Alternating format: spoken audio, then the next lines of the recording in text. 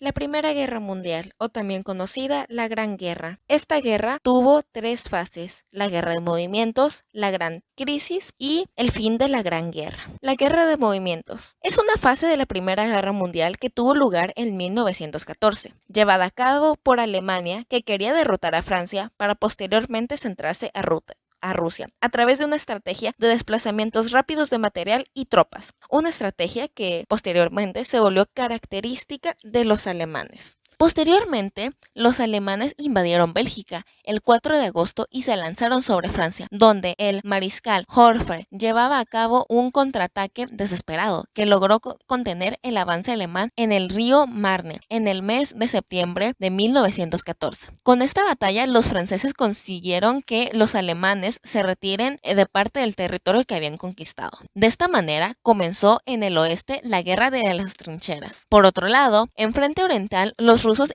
invaden Prusia Oriental. Tras ese primer avance, los alemanes, tras victoria en Tannenberg, se imponen y logran así detener el avance. Como consecuencia de estos hechos, la estrategia de la guerra de movimientos pensada por Alemania fracasa y la guerra se alarga más de lo que los países podrían esperar, dándose cuenta que ganaría el bando que más podía resistir. Guerra de posiciones, o también conocida Guerra de las Trincheras. La guerra de las trincheras o guerra de fuertes es un tipo de guerra terrestre que utiliza líneas ocupadas que comprenden principalmente trincheras militares en las que las tropas están bien protegidas del fuego de armas pequeñas del enemigo y están sustancialmente protegidas de la artillería. Surgió a partir de una revolución en las armas de fuego. La guerra de trincheras se asocia típicamente con la Primera Guerra Mundial, 1914-1918, cuando la carrera al mar expandió rápidamente el uso de trincheras en el frente occidental a partir de septiembre de 1914. Otras guerras destacables en las que se dieron las guerras de las trincheras fueron en la Guerra de Secesión, 1861-1865, la Guerra Ruso-Japonesa, 1904-1905, o la guerra entre Irán e Irak, 1980-1988. La guerra de trincheras proliferó cuando una revolución en la potencia de fuego no fue acompañada por avances similares en movilidad, lo que resultó en una forma de guerra extenuante en la que el defensor tenía ventajas.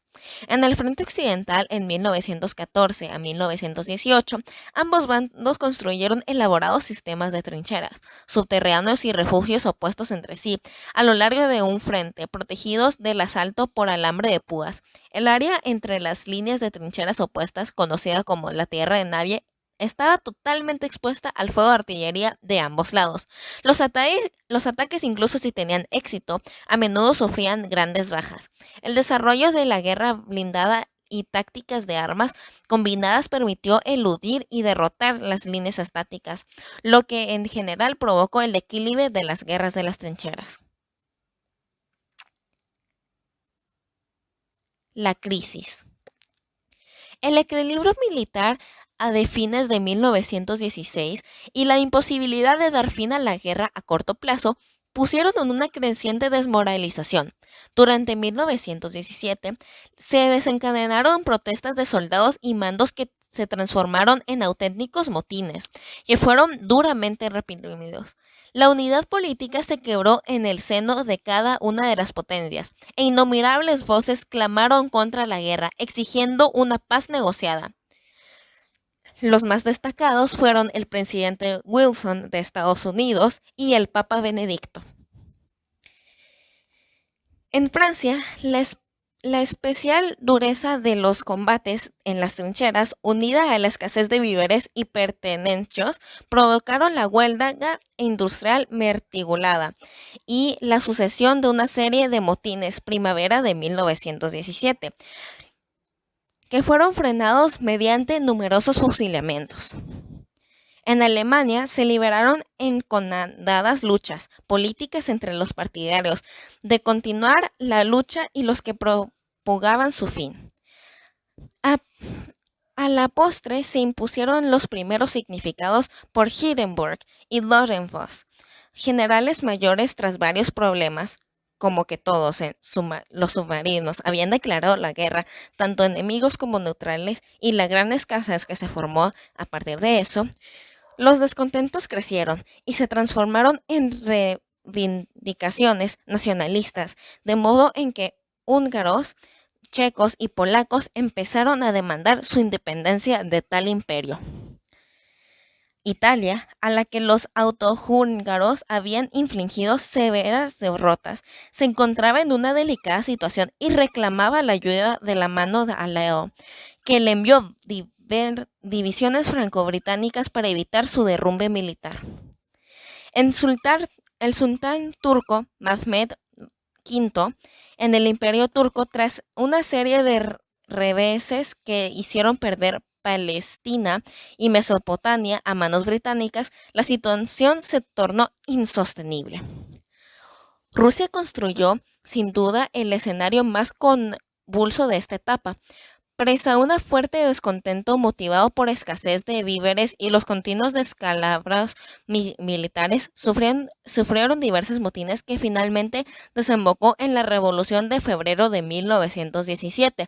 El zar se vio obligado a abdicar y se formó un gobierno provisional de corte occidental liderado por Kerensky, que en contra de la mayoría de los rusos se decidió a proseguir la lucha.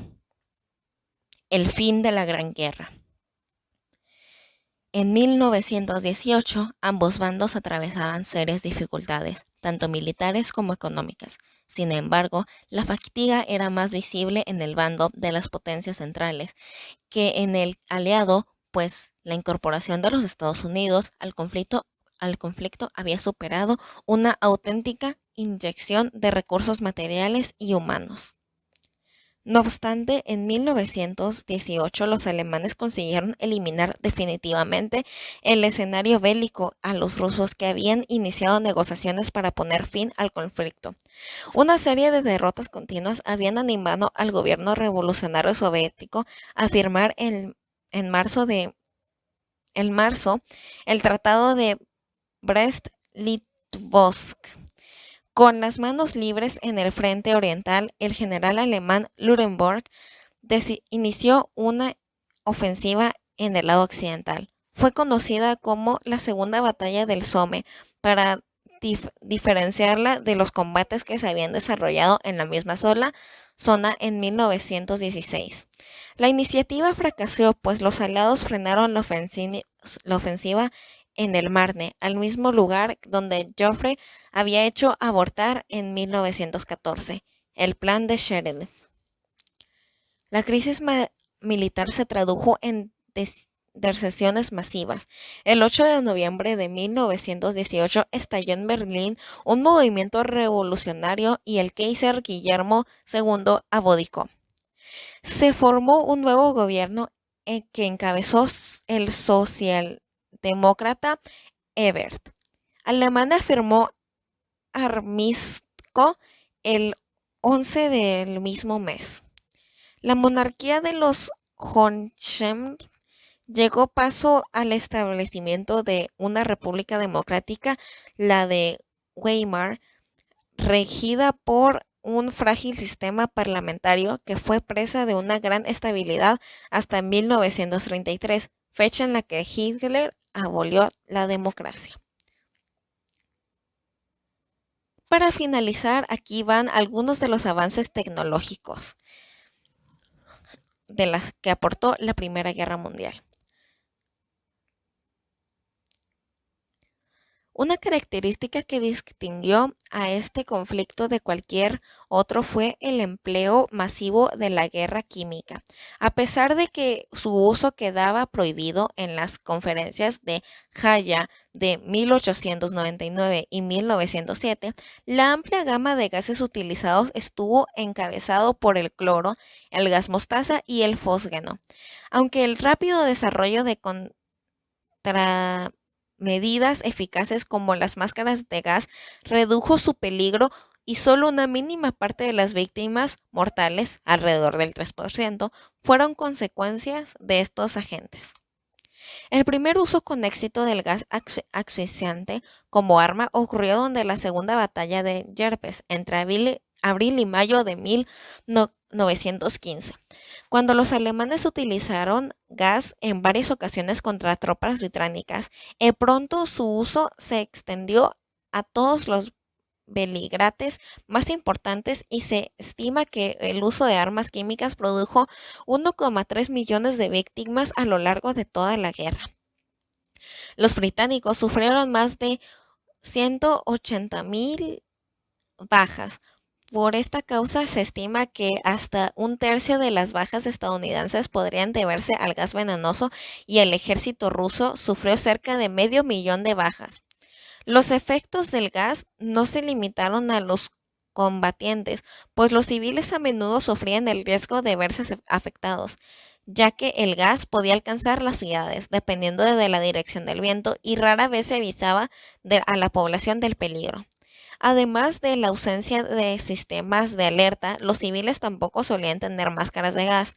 Entre 1,000 y 2,600 víctimas civiles se debieron a uso de armas químicas y decenas de miles murieron años después a consecuencias de enfermedades pulmonares, cauteneas y cerebrales, producto de los gases.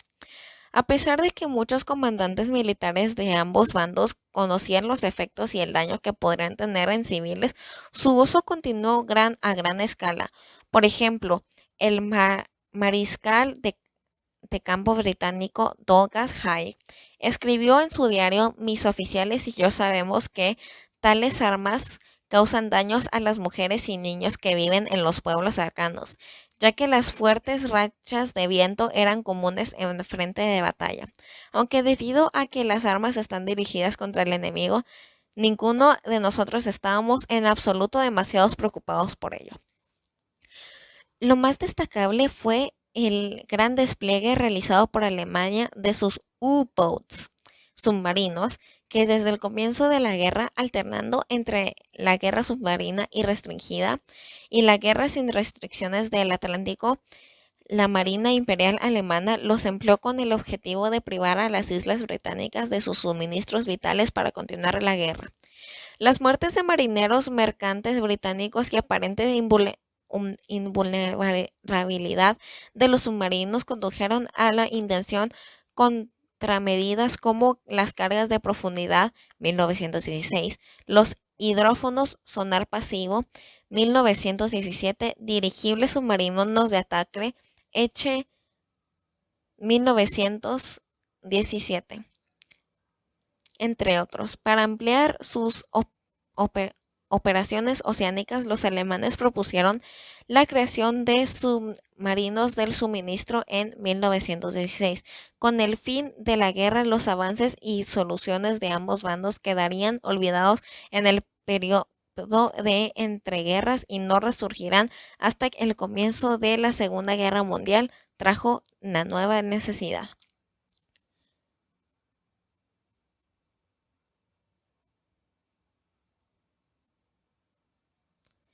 Esto ha sido todo por hoy.